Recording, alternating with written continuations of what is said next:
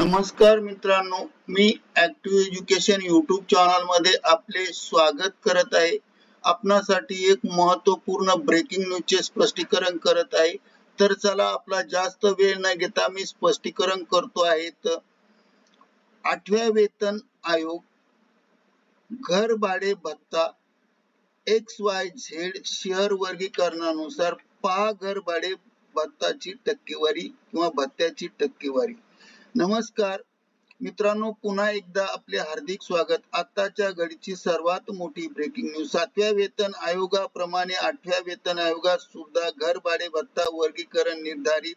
घर भाडे भत्ता वर्गीकरणानुसार किती मिळणार, चला तर पाहूया या घर भाडे भत्ता संदर्भात संपूर्ण ब्रेकिंग न्यूजचे स्पष्टीकरण पाहण्यापूर्वी आपण जर ऍक्टिव्ह एज्युकेशन यूट्यूब चॅनलवर नवीन असाल तर चॅनलला लाईक, शेअर आणि सबस्क्राईब करायला विसरू नका. तर चला पाहूया. 8 पे कमिशन कर्मचाऱ्यांसाठी SRA साठी 8व्या वेतन आयोगात सुद्धा असणार शेअराचे वर्गीकरण. हे वर्गीकरण XYZ वर्गीकरण असेल. या वर्गीकरणानुसार जाणून घ्या घर भाड्याची सविस्तर टक्केवारी.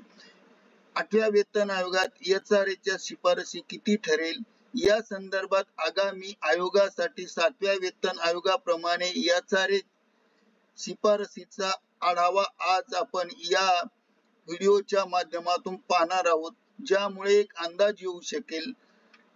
मोदी सरकारने 16 जानेवारी 2025 रोजी जवळपास 50 लाख केंद्रीय कर्मचाऱ्यांसाठी किंवा कर्मचाऱ्यांच्या पगारामध्ये सुधारणा करण्यासाठी आणि 65 लाख निवृत्ती वेतन धारकांच्या भत्त्यांमध्ये सुधारणा करण्यासाठी 8व्या वेतन आयोगाची स्थापना करण्यास मंजुरी दिली आहे. मित्रांनो, 8व्या वेतन आयोगामध्ये सुद्धा केंद्र सरकार घर भाडे भत्ता बाबत शिफारस केलेले घर भाडे भत्ता टक्केवारी आणि त्यावर कॅबिनेट मंजुरीवर एक नजर टाकूया. सरकारने कर्मचारी घर भाडे भत्ता देण्यासंबंधी 7व्या वेतन आयोगाच्या शिफारसीची अंमलबजावणी घर भाडे भत्त्याच्या शिफारस विचारात घेण्यात आली आहे. शेअराचे XYZ वर्गीकरण.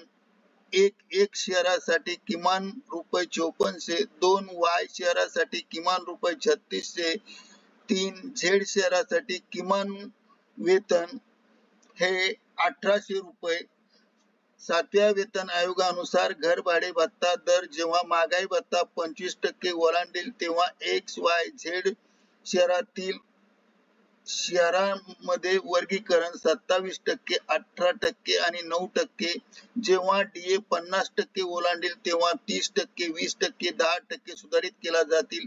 तर 8व्या वेतन आयोगा संदर्भात किती भत्ता मिळत हे निश्चित करण्यासाठी वेतन आयोगाची समिती याबाबत सविस्तर शिफारसी करणार आहे आणि मुद्दा एकच निश्चित आहे की 8व्या वेतन आयोगात सुद्धा घर भाडे भत्ता XYZ असेच शेअराचे वर्गीकरण करून त्यानुसार 7व्या वेतन आयोगावर आधारित निर्धारित केल्याप्रमाणे 8व्या वेतन आयोगात सुद्धा घर भाडे भत्ता मिळणार हे निश्चित आहे. 8व्या वेतन आयोगाच्या समितीच्या शिफारसीनुसार सुधारित घर भाडे योजना लागू करण्यात येईल. करिता ऍक्टिव्ह एज्युकेशन यूट्यूब चॅनलने हा व्हिडिओ व्हायरल